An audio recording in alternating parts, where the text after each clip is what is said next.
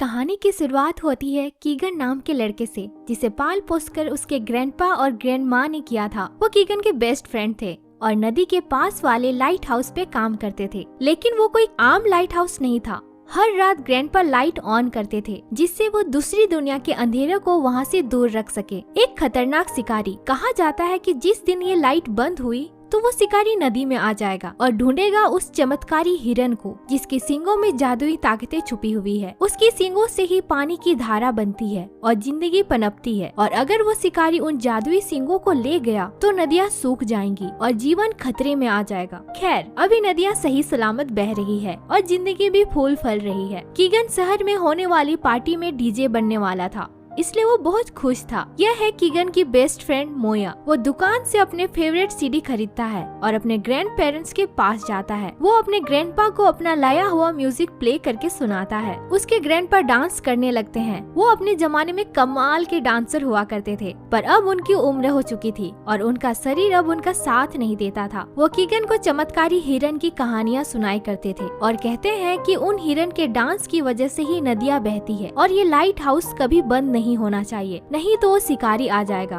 पर कीगन को ये सिर्फ एक कहानी लगती थी। ग्रैंडपा हर रोज शाम होते ही लाइट जला दिया करते थे। कीगन भी वहाँ की साफ सफाई में उनकी मदद करता था। उस दिन भी कीगन वही कर रहा था और उसके ग्रैंडपा हमेशा के लिए उनसे दूर चले गए। शहर के सारे लोग उनके फ्यूनरल में पहुँचते हैं और उनकी ग्रैंडमा बहुत सैड थी। पर वहाँ के लोग इंसानों के जाने के बाद उनका गम नहीं मनाते थे, बल्कि डांस से उस इंसान की जिंदगी को सेलिब्रेट करते थे। सारे शहर के लोग साथ में डांस करके ग्रैंडपा की खूबसूरत जिंदगी को सेलिब्रेट करते हैं। आखिर उसके ग्रैंडपा भी तो एक कमाल के डांसर थे कि अब उस लाइट हाउस की जिम्मेदारी कीगन को दे गई थी। पर कीगन अपने ग्रैंडपा के जाने से बहुत उदास था। वो ये लाइट हाउस जलाना छोड़ देता है और वो शिकारी फिर से अपने मिशन पे निकल जाता है। मोया देखती है कीगन बहुत उदास लग रहा है। वो उसे आज दोपहर को नदी के किनारे मिलने को बुलाती है। कीगन आज रात के पार्टी में डीजे बनने से भी मना कर देता है और वो नदी के किनारे बैठकर मोया का इंतजार करने लगता है। वहाँ दो फ्रॉग्स कीगन के हाथ से उसकी मिठाई छीन लेते हैं। उन दोनों फ्रॉग्स के बहुत सारे बच्चे थे,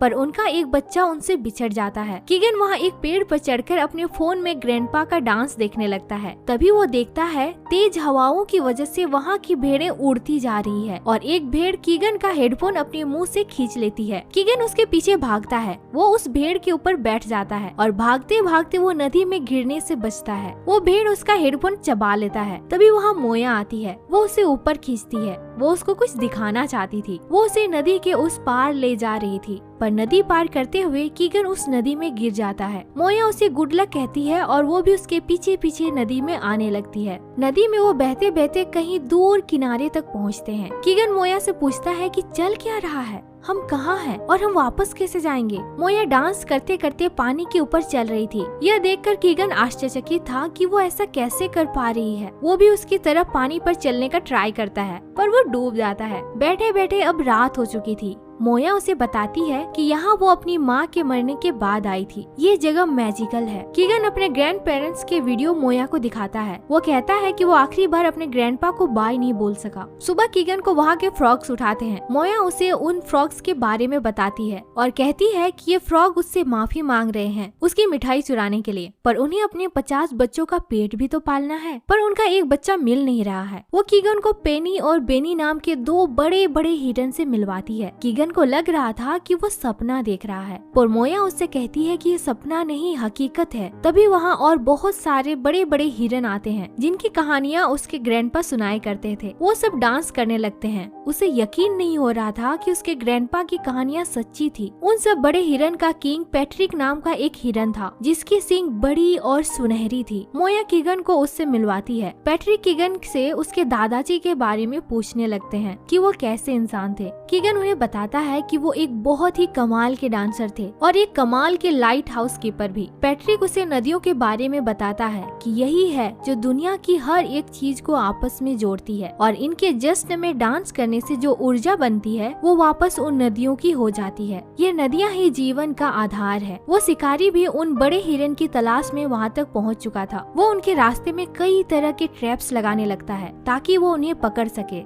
वहाँ के हिरन हर्लिंग नाम का गेम खेलते थे जो कीगन भी खेला करता था। खेलते खेलते 2 हिरन घायल हो जाते हैं और कीगन को एक टीम में शामिल कर लिया जाता है और कीगन अपना कमाल उन्हें दिखाता है और अपनी टीम को जितवाता भी है। सब कीगन को सर पे उठा लेते हैं पर हारने वाले हिरन गुस्से में बॉल को दूर फेंक देता है और कीगन उस बॉल को लेने के लिए जाता है। वहाँ उसे एक खंडहर दिखाई देता है। वो उसके अंदर जाता है। वहाँ उसे वही शिकारी दिखाई देता है। कीगन उसे देखकर डर जाता है। वो उसे पहचान जाता है कि ये वही शिकारी है जिसके बारे में उसके ग्रैंडपा बताते थे। वो कीगन को अपनी दुनिया में आने को कहता है और कहता है कि वहाँ उसके दादाजी भी होंगे, पर कीगन उनसे कहता है कि उसके दादाजी ने उन पर विश्वास करने से मना किया था। कीगन वहाँ से बाहर आ जाता है पर वो किसी को नहीं बताता उस शिकारी के बारे में, क्योंकि उसे लग रहा था कि ये सिर्फ उसका एक डर है। पैट्रिक उन्हें लेकर समुद्र के पास जाता है। पैट्रिक उन्हें बताता है कि लोग मरने के बाद यहीं से दूसरी दुनिया की ओर जाते हैं। वहाँ का गेट कीपर कीगन को बताता है कि उसके ग्रैंडपा यहाँ से नाचते हुए और खुशी खुशी गए थे। तभी वहाँ वो शिकारी आ जाता है और एक हिरन का सींग अपनी गोली से तोड़ देता है। सारे हिरन वहाँ से भागने लगते हैं पर बेनी भाग नहीं पा रहा था और वो शिकारी रस्सी फेंककर उसे पकड़ लेता है। उसे बचाने के लिए पैट्रिक वहाँ आता है। वो उस शिकारी के साथ लड़ने लगता है और वो उसे लगभग हरा ही दिया था, पर उसने कीगन को पकड़ लिया और उसके बदले में वो पैट्रिक से उसकी सींगें मांगता है और वो पैट्रिक को बांध देता है, पर पैट्रिक उसे खोलकर उसकी ओर बढ़ता है। वो शिकारी उस पर गोली चला देता है। सारी नदियाँ अब सूखने लगी